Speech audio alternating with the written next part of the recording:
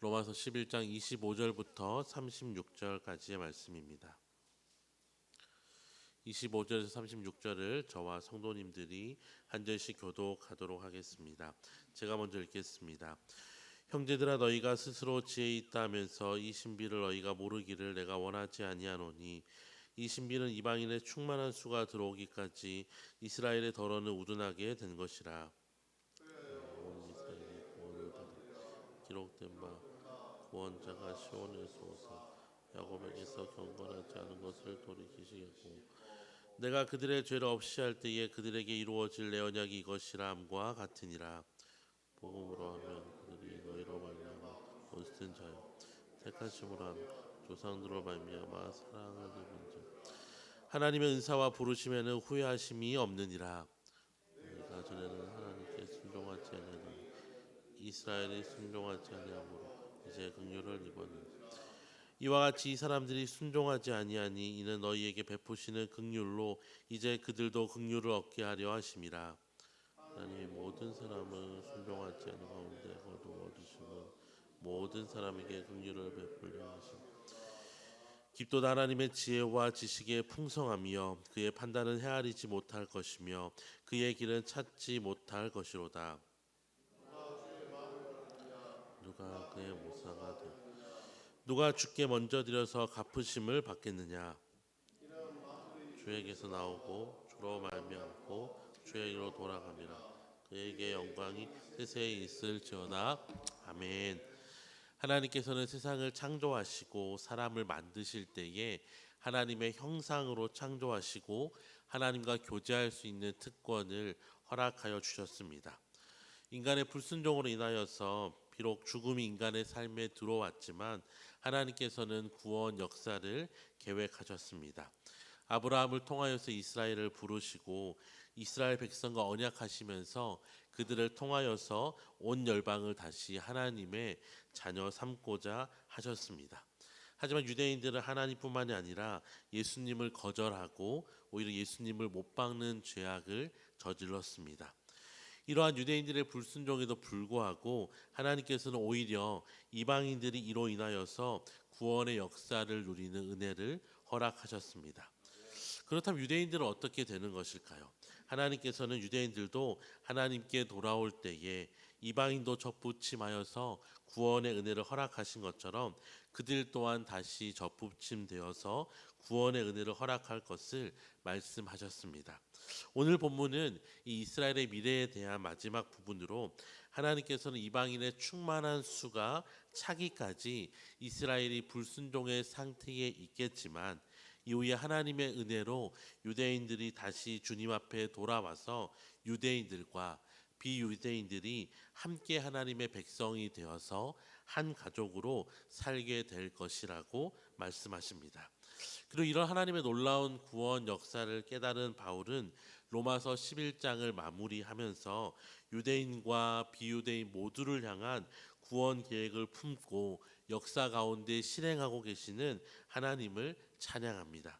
하나님의 지혜와 지식, 판단, 마음, 계획과 이행 과정 모두는 사람의 이해를 뛰어넘기에 바울은 이 모든 것을 생각할 때에 우리가 할 수 있는 마땅한 반응은 그런 하나님의 놀라우심을 찬양하며 영광 돌리는 것임을 그가 먼저 본문을 통하여서 고백한 것입니다. 이처럼 하나님께서는 우리의 끊임없는 불순종과 반역 가운데서도 자신의 계획을 온전히 이루실 뿐만 아니라 하나님의 지혜와 지식이 얼마나 풍성한지, 하나님의 뜻이 얼마나 선한지, 하나님의 능력이 얼마나 크신지를 우리에게 보여주십니다. 우리는 바로 이런 하나님을 예배하는 것입니다. 예배는 예를 갖추어서 절하다라는 뜻을 가지고 있습니다. 오늘 바울의 고백처럼 우리가 하나님이 행하신 일들에 집중하며 하나님을 바라볼 때에 형식적이 아니라 진심으로 찬양과 감사와 영광을 올려드리는 예배가 되는 것입니다. 이런 사실은 반대로 우리의 삶에 감사가 식어지고 찬양의 소리가 작아져가고 하나님을 높이는 것이 시들어진다면 어쩌면 그것은 우리가 하나님을 바라보지 못하고 있는 것이라는 증거입니다.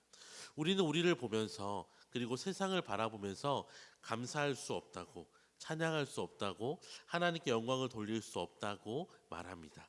하지만 초대교회 역사를 살펴보면 평생을 햇빛 한번 보지 못하고 지하에 숨어 땅굴을 파서 신앙을 유지하던 믿음의 조상들의 삶에는 감사가 있었습니다. 로마의 압제 가운데서 사람들의 즐거움을 위하여서 사자들의 밥이 되었던 성도들은 죽음의 순간까지도 하나님을 찬양하는 것을 멈추지 않았습니다. 돌에 맞아 죽어가던 스데반 역시 죽음의 순간에도 하나님께 영광을 돌렸습니다. 그들의 삶이 우리의 삶보다 나은 것이 전혀 없음에도 불구하고 그렇게 고백할 수 있었던 것들은 그들에게는 하늘 소망이 있었기 때문입니다.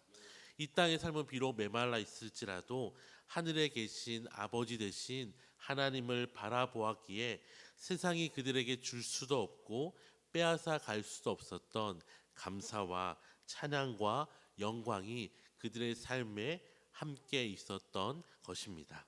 사랑하는 성도 여러분, 세상과 우리의 모습을 바라보면 감사와 찬양과 영광을 올려드릴 수 없을 때가 참 많이 있습니다.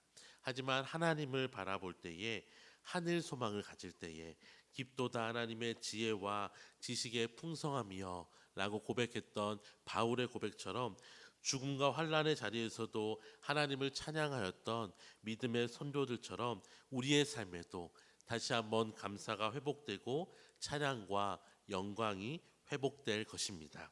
이 아침에 기도하실 때에 나의 작음과 세상의 악함을 바라보지 아니하고 하나님의 크심을 바라보며 하나님이 주시는 소망을 누리는 하루가 되게 해달라고 기도하시고, 감사와 찬양과 영광으로 오늘 하루의 삶을 채우며 살아가는 은혜를 허락하여 달라고 기도하시는 저와 모든 성도님들이 되시기를 주님의 이름으로 축원합니다.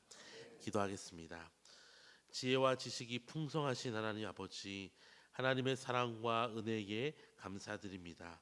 세상이 줄 수도 알 수도 빼앗을 수도 없는 하나님의 평안을 오늘 우리의 삶에 허락하셔서 감사와 찬양과 영광으로 오늘 하루의 삶을 가득 채우는 복된 삶을 허락하여 주시옵소서. 땅을 버타며 살아가지만 나의 영혼은 하늘을 디디며 살아가는 하늘 소망의 삶으로 오늘 하루 살아가게 하여 주시옵소서. 감사드리며 예수님의 이름으로 기도드립니다. 아멘.